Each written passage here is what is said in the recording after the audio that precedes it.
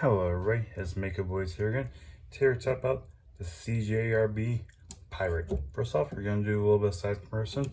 First off is the CJRB Melee. As you can tell, it is bigger than the Melee, but smaller than our ridiculous Gold Seal Spartan. We're going to do two more size comparisons. The next one up is the Benchmade Bug Out. So, Bug Out's a little bit bigger than the Pyrite. Bug Out comes in about 3¼ inch blade. The Pyrite right here has a 3.11 inch blade. And we're going to do one more size comparison against the Spyderco Para 3. Para 3 has a bigger handle, as you can tell, but a little bit smaller blade because this comes out 2.98 inches. Now, there are different versions of the Pyrite. This one happens to be the Knife Center exclusive one. The one I have, they have a very variety versions of this. They have a more budget friendly, around $40 to $50. They have a couple that are up to like around $200 for the more premium materials and scales. This one, I don't know if they still have it, but came around $72 when you're able to acquire it. She has a good budget friendly knife for the lower end models, and this one I classify as a budget model because it's under $75, so it's right on the edge, so to speak. She weighs 3.1 ounces. As you can tell, when she bounces, you have to be very, let's see if I can't get her, sort of. As you can tell, the action's a little bit, it's touchy. You have to be very smooth and can't do a lot of action or else she will bounce forward, but there you go. Once you get a little bit more accustomed to her, her action gets better. Her blade steel is ARP M9. Not really familiar with the steel because I believe this is my only knife in my collection and the only knife I've ever handled that has a steel. We're going to do a bit of close up on the blade. You might see a little bit of wear, but not a ton because I've only had it for a month or two. But I do use all my knives, so you might see a little bit of wear and tear here and there on them. Use her a little bit. This is a very good knife for somebody who's getting into the knife world, or you know somebody and you want to give them a knife who's either a collector or they're not a collector and you want to give them a nice quality knife. This is something up their alley for a variety of prices.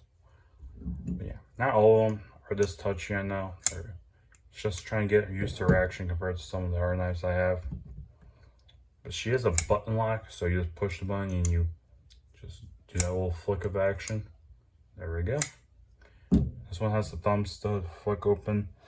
I think some of them, they don't have the thumb stud, so there is a hole in the blade that you just flick open. She's a nice knife for what I've had her so far.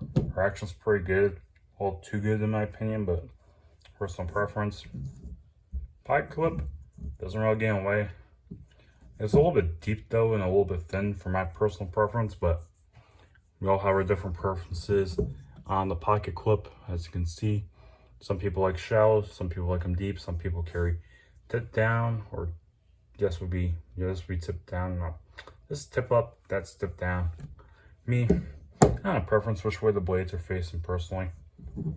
Wherever they come from the factory is usually how I keep them. Just personal preference. This one has like the wood style handle material. I believe it's like, might be G10 or it might be some form of like wood, like laminate material. She's a very nice knife. Had her for about a month or two, I would say, closer to 2 months. So she's been a nice addition to the rotation since I've acquired her. She's a very good budget knife, so if you're looking for a budget knife, this is one to consider.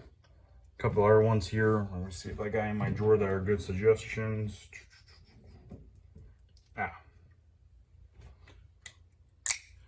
The Kaiser Sheepdog is another good example of one, and so isn't the Cold Seal 1911.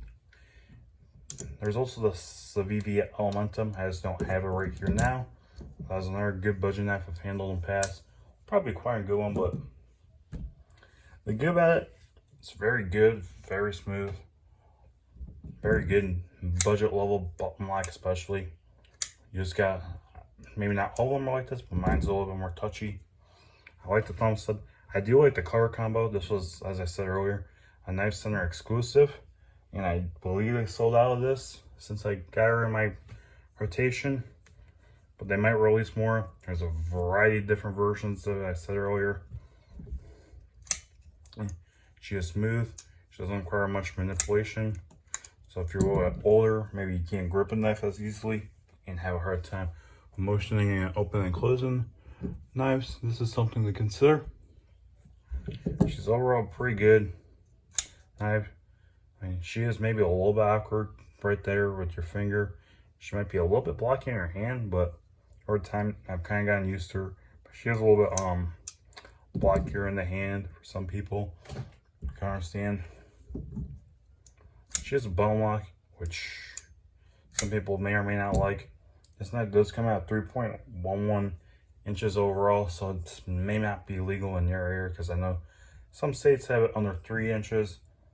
Your knife has to be at least 3.1 ounces, so basically every 1 inch of blade is 1 ounce, so she's a 1-to-1 ratio basically.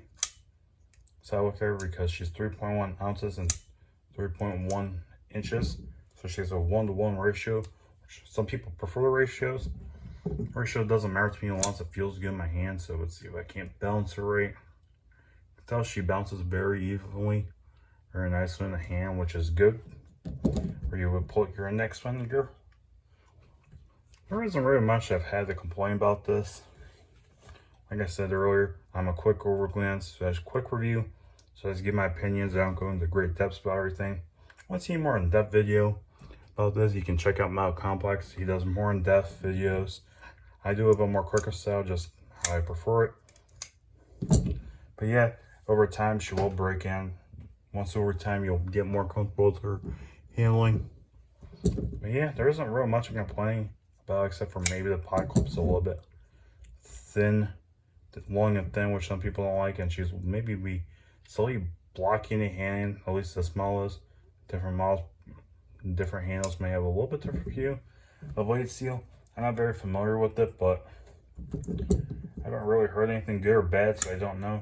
But in this price range, 154 CM would have been probably another good option. Sure, in this price range, it's definitely not in the D2 steel price range. So as far as I'm aware, ARP M9 is a decent steel for my user. I'm also used her for cutting up boxes. Somebody needs a bar knife, I'll hand her this one. So hey, let's push the button and just let it drop and just watch your fingers. So it has a very nice drop action. I think that's about it for the video today, guys. So if you like, please leave a like, comment, subscribe, and I make new videos every Tuesday and Friday. See you guys next time.